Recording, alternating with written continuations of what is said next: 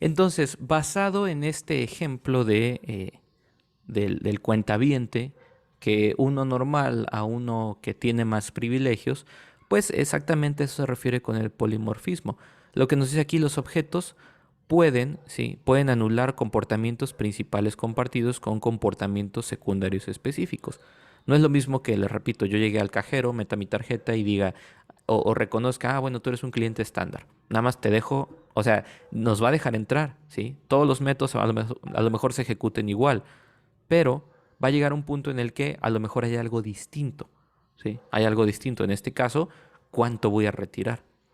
Ahora, nos dice, ¿cómo logramos eso? Bueno, el polimorfismo permite, fíjense bien, que el mismo objeto, el mismo método, perdón, ejecute diferentes comportamientos de dos formas. Tenemos dos formas de cambiar los comportamientos de un objeto. Primero, la anulación del método y segundo, la sobrecarga del método. Normalmente vamos a estar ocupando más sobrecargar un método. ¿Qué significa sobrecargar un método?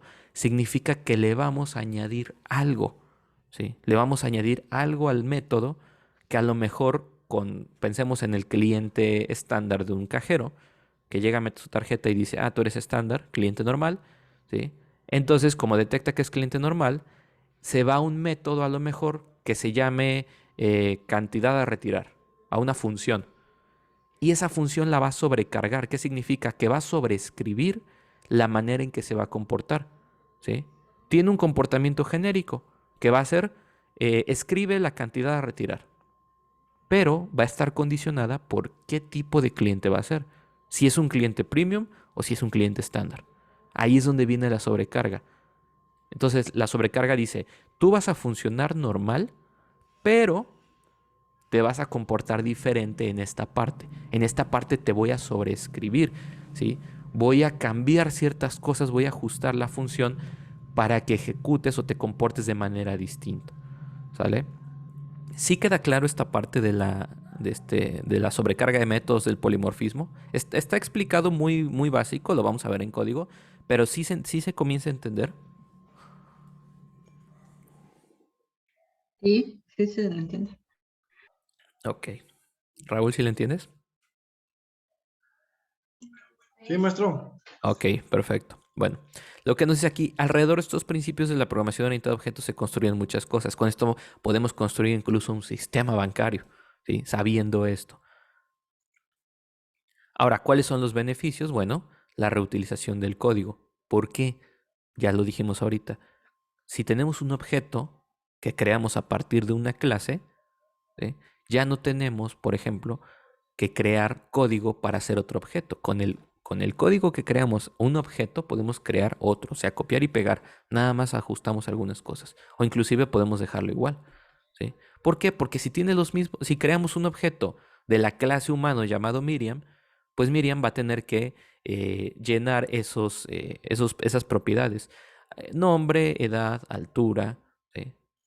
Y si creamos el objeto Raúl, pues va a tener que crear los mismos. Entonces ya estamos reutilizando código, ya no tenemos que teclear todo de nuevo. Ahora, convierte cosas complejas en estructuras simples que son reproducibles. Lo que les decía con la abstracción.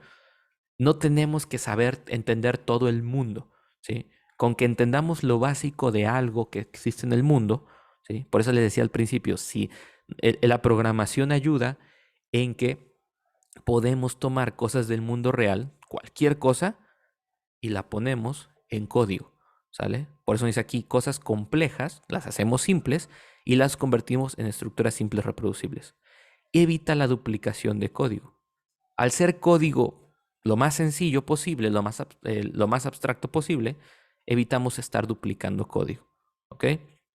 Permite trabajar en equipo gracias al encapsulamiento, ya que minimiza, aquí viene algo importante que lo platicamos con las funciones, ya que minimiza la posibilidad de duplicar funciones cuando varias personas trabajan sobre un mismo objeto al mismo tiempo. ¿Ok? O sea, ya no nos vamos a equivocar tanto, ¿sí? Ya no tendríamos el problema de equivocarnos o nos equivocaríamos todavía menos de lo que ya lo hacíamos con las puras funciones, ¿sí? Ya que esto esté encapsulado. Bueno, esto más adelante lo vamos a ver, les repito, con código. Ahora, al estar la clase bien estructurada, si está bien estructurada, permite la corrección de errores en varios lugares del código. Protege la información a través de la encapsulación. Las variables privadas, o en este caso ya no se llaman variables, que sí hay variables, obviamente, pero estos se vuelven propiedades o atributos, ya que solo se puede acceder a los datos del objeto a través de propiedades y métodos privados. Ahora, la abstracción nos permite construir sistemas más complejos, pero de una forma más sencilla. O sea, podemos agarrar todo el mundo allá afuera y convertirlo en un sistema. Y aunque sea complejo, aunque le demos muchas vueltas, en un sistema se vuelve sencillo, ¿sí? Y cumple todos los requerimientos. Por eso es que tenemos sistemas bancarios, por eso es que tenemos sistemas de este tipo como Zoom, por ejemplo, donde nos podemos ver, ¿sí? Donde creamos un usuario y ese usuario se conecta y ese usuario tiene una conexión, ¿sí? Una hora de conexión, o sea, tiene bastantes tipos de atributos. Tomamos lo complejo, lo volvemos simple. ¿Ok? Pero es importante conocer, o que conociéramos primero, estos cuatro principios de la programación orientada a objetos. La encapsulación, ¿sí? ¿Qué tiene un objeto? ¿Qué tiene una clase, perdón? ¿Qué tiene una clase que no podemos quitarle? Lo que le decía ahorita, al perro no le podemos sacar el ladrido. No decimos, a ver, quítale al perro. Le podemos quitar, no sé, una pata, un ojo, lo que sea, pero no le podemos sacar el ladrido. Ya lo trae encapsulado, ya lo trae adentro. Digamos que eso es privado, ¿sí? Si lo vemos como atributos, eso es privado. No se lo podemos quitar, ¿vale? La abstracción. ¿Qué podemos pasar del código, por ejemplo, en una veterinaria? Si tenemos la clase animal y tenemos un sistema que registra animalitos que en las citas, ¿sí? Un veterinario crea una cita, esa cita cuando la crea se inicia un objeto de la clase animal. ¿Qué animal me vas a traer? Puede ser un caballo, puede ser un perro, puede ser un loro, puede ser cualquier otra cosa, ¿sí? Entonces, ¿qué es aquello que vamos a tomar de la clase, pero que la vamos a hacer sencilla? No necesitamos saber todo. No necesitamos saber si el caballo tiene tantas veces les cambió la herradura. O sea, cosas muy, muy complejas que no necesitamos saber. Con los datos básicos podemos crear un sistema. La herencia, ¿sí? Con la herencia logramos que nuestro código sea más sencillo. Evitamos duplicar código. ¿Por qué? Como les comenté ahorita, si tenemos la clase humano y de humano tenemos los objetos Miriam, Raúl y Ricardo, y Miriam, Raúl y Ricardo, cada uno tiene sus hijos, pues esos hijos pueden heredar atributos de los objetos, ¿sí? O en este caso de las clases, pueden heredar esos atributos, ¿sale? Y ya evitamos a nivel de código estar escribiendo todo de nuevo porque ya lo hereda, ¿ok? Ahora el polimorfismo. ¿Qué pasa si algo cambia? Un comportamiento distinto. Incluso esto lo podríamos ver, por ejemplo, en el caso de los hijos, ¿no? Verlo de manera más abstracta. En el caso de los hijos. Pues no porque sean, o no porque uno tenga hijos, significa que ellos van a ser una réplica exacta, ¿sí? Aunque hereden comportamientos y hereden atributos, no significa que se porten igual que nosotros. A lo mejor son más rebeldes, a lo mejor son más tranquilos. Pero esto del polimorfismo se encarga de, lo que nos dice aquí, nos permite procesar objetos de distintas maneras. O sea, no significa que aunque hayamos heredado atributos y métodos, se va a comportar igual el objeto. Puede comportarse de manera distinta. Estos cuatro son los principios más importantes. Los vamos a estar viendo. ¿Con qué los vamos a ver? Los vamos a ver con un lenguaje llamado Java. ¿Sale? Nos dice aquí, Java es un lenguaje de programación y una plataforma informática que fue comercializada en 1995 por Sun Microsystems. Java es uno de los lenguajes más utilizados en el mundo, si no es que el más utilizado, ¿sí? Con estos se hacen plataformas como sistemas bancarios, por ejemplo. Más que nada los sistemas bancarios utilizan Java. Por ahí cuando a veces lo instalamos en la computadora ni nos damos cuenta y nos dice ahí, Java es una plataforma que se ejecuta en aproximadamente 3 billones de dispositivos, billones, imagínense. Los celulares de antes de que existiera Android y los iPhone, los celulares se ejecutaban Java. Los Nokia, por ejemplo, ¿sí? Los Nokia ejecutaban Java. Entonces, vean que Java viene desde hace tiempo. Ahora, un lenguaje no porque sea viejito significa que ya no sirve. Al contrario, los lenguajes de programación son como los vinos. ¿Sí? Con el tiempo se hacen mejores, se vuelven algo que se les llama robusto, se vuelven más robustos. ¿ok? ¿Por qué? Porque incluyen mejoras y se adaptan a cosas nuevas, o sea, se van haciendo más robustos conforme pasa el tiempo. Java es un lenguaje de programación orientada a objetos y ganó popularidad porque hace años, ¿sí? Cuando comenzaban las computadoras, teníamos la rivalidad, por ejemplo, entre esta empresa Microsoft y teníamos la rivalidad entre Apple, ¿no? Y Microsoft siempre ha utilizado un lenguaje llamado Visual Basic, que también es orientado a objetos, para hacer sus programas. Y por el otro lado teníamos a esta empresa Apple utilizando C.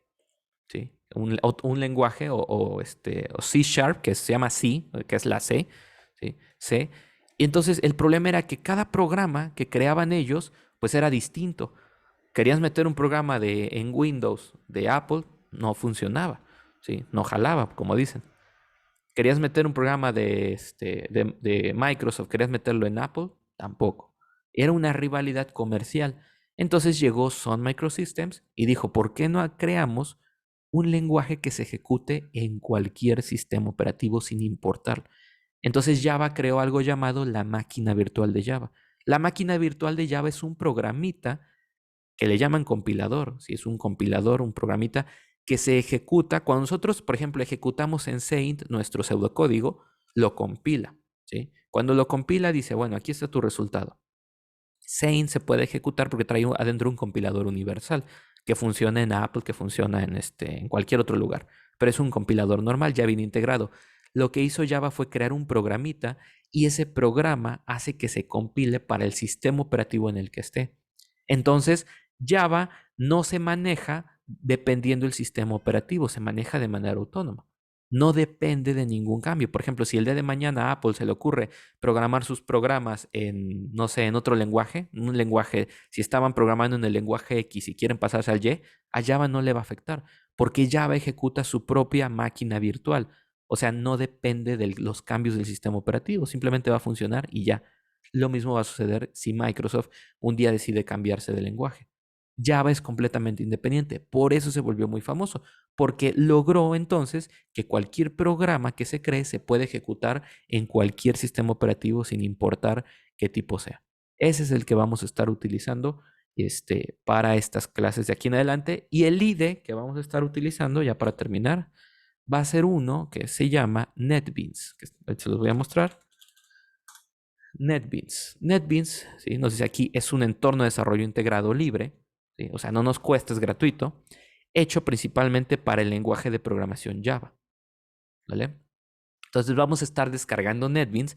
Se van a dar cuenta que NetBeans es más complejo. NetBeans ya no es un programita como Saint. Ya no va a ser eso. Va a ser todavía un poquito, yo podría decir un poquito más difícil, pero la idea es practicar, practicar, practicar. Al final va a ser igual. Vamos a poder escribir nuestro código e incluso nos va a mostrar ahí errores y demás cosas, ¿no? Tiene muchas más herramientas, ¿sí? Saint no tiene tantas herramientas porque solamente ejecutamos pseudocódigo. Pero aquí empieza la parte del inglés, ¿no? Aquí vamos a empezar a hacer todo en inglés. Estructuras condicionales, variables, funciones, todo va a ser ahora en inglés, ¿sí? Obviamente una variable pues la podemos crear en español, pero hay cosas que sí van a ir en inglés. Entonces, pues si están ahí un poquito atrás en su nivel de inglés, pues ahí vamos a echarle una repasada con las clases, ¿sale? Eso vamos a estar viendo. Programación orientada a objetos. Vamos a usar NetBeans con Java. Les pregunto, ¿tienen alguna duda o comentario?